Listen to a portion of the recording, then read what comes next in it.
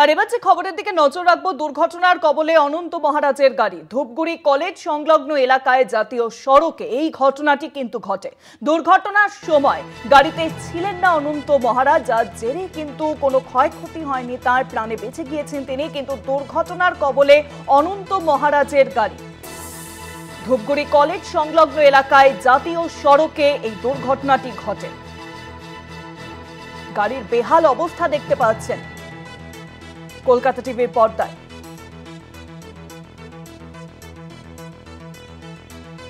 কার্যত দুমড়ে মুচড়ে গিয়েছে কিন্তু অনন্ত মহারাজের গাড়ি, কিন্তু গাড়িতে সেই মুহূর্তে ছিলেন না অনন্ত মহারাজ, যার জেরে বরাত জেরে কিন্তু বেঁচে গিয়েছেন তিনি। ধূপগুড়িতে এই ঘটনাটি ঘটে। ধূপগুড়ি কলেজ সংলগ্ন এলাকায় জাতীয় সড়কে এই ভয়াবহ দুর্ঘটনাটি ঘটে। দুর্ঘটনার কবলে অনন্ত মহারাজের গাড়ি। সেই গাড়ির ছবি আপনাদেরকে এখন দেখাচ্ছি কলকাতা টিভির পর্দায়। কার্যত দুমড়ে মুচড়ে গিয়েছে গাড়িটি, বেহাল অবস্থা সেই গাড়িটির। কিন্তু সেই মুহূর্তে অনন্ত মহারাজ তিনি কিন্তু ছিলেন না গাড়ির ভেতর, এবং যার জেরে বরাত জেরে প্রাণে বেঁচে গিয়েছেন তিনি। ঘটনাটি ঘটে ধূপগুড়ি কলেজ সংলগ্ন এলাকায় জাতীয় সড়কের সামনে। গাড়ির বেহাল অবস্থা আপনাদেরকে এখন দেখাচ্ছি কলকাতা টিভির পর্দায়। কার্যত দুমড়ে মুচড়ে গিয়েছে গাড়িটি।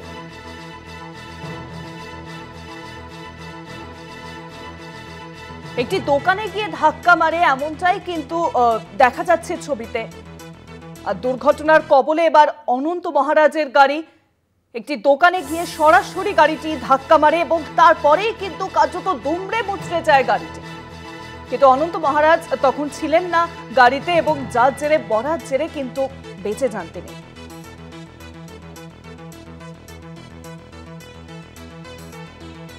ফোন লাইনের সঙ্গে রয়েছেন আমাদের প্রতিনিধি কৌস্তব ভৌমিক। কৌস্তব, ঠিক কিভাবে এই ঘটনাটি ঘটেছে, কি জানা যাচ্ছে? দেখো শুভাঙ্গী, তোমাকে বলে রাখবো যে আজ সকালে ধূপগুড়ি কলেজপাড়া এলাকায় জাতীয় সড়কের উপরে একটি দুর্ঘটনা হয় এবং একটি গাড়ি দোকানের ভেতরে ঢুকে যায়।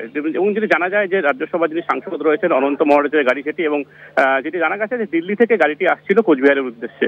তবে কিভাবে দুর্ঘটনা ঘটেছে এখনো জানা যায়নি। তবে যেটা মনে করা হচ্ছে যেহেতু সকাল, হয়তো ঘুমের কারণে ড্রাইভারের চোখ বন্ধ হয়ে আসছিল এবং সেই কারণে দুর্ঘটনা ঘটেছে। এবং তৎক্ষণাৎ ওই এলাকার প্রচুর মানুষ কিন্তু ওই এলাকায় জড়ো হয়ে যায় এবং ঘটনাস্থলে আসে ধূপগুড়ি থানার পুলিশ সেই গাড়িটিকে ধূপগুড়ি থানায় নিয়ে এসেছে। এবং গাড়িতে একজন চালক ছিলেন এবং দুজন আত্মসহায়ক ছিলেন অনন্ত মহারাজের। তবে যেই দোকানদারে যারা ছিলেন, যে যাদের দোকানে ক্ষয়ক্ষতি হয়েছে, তারা যেটা বলেছেন যে যদি তাদের যে দোকানে যে ক্ষয়ক্ষতি হয়েছে সেই ক্ষতিপূরণ যদি অনন্ত মহারাজের তরফ থেকে দিয়ে দেওয়া হয়, তবে তারা বিষয়টি কিন্তু নিজেদের মধ্যে আলোচনার মাধ্যমে মিটিয়ে নেবে। তবে এখনো পর্যন্ত কিন্তু এই নিয়ে কোনো মীমাংসা এখনো পর্যন্ত হয়নি। তবে সাত সকাল এরকম দুর্ঘটনার জন্য কিন্তু ব্যাপক আতঙ্ক ছড়িয়ে পড়ে এলাকায়। কেননা যিনি দোকানের মালিক তিনি কিন্তু রাতে দোকানে ঘুমোন, এবং যখন ভোরবেলা দোকানের ভিতরে ঘুমিয়েছিলেন, সেই সময় যখন গাড়ি ধাক্কা মারে দোকানে এসে, যেহেতু টিনের দোকান, চারদিকে টিনের ছাপড়ার দোকান, এবং গোটা দোকান কিন্তু কেঁপে ওঠে। খুব স্বাভাবিকভাবে আতঙ্ক ছড়িয়েছিল ওই এলাকায়। তবে শেষ যে খবর পাওয়া যাচ্ছে তাতে সেই দুর্ঘটনাগ্রস্ত যে সাংসদের গাড়ি রয়েছে, দিল্লি থেকে আসছিল, সেই গাড়িটি কিন্তু এই মুহূর্তে ধূপগুড়ি থানায় রয়েছে। এবং এই বিষয়ে কিন্তু পুলিশের সাথে এবং যারা দুর্ঘটনাগ্রস্ত গাড়িতে যারা ছিলেন এবং যারা ক্ষতিগ্রস্ত হয়েছে তাদের সঙ্গে কিন্তু এটা নিয়ে আলোচনা চলছে। অনেক ধন্যবাদ কৌস্তব। ফোন লাইনের সঙ্গে ছিলেন আমাদের প্রতিনিধি কৌস্তব ভৌমিক। অর্থাৎ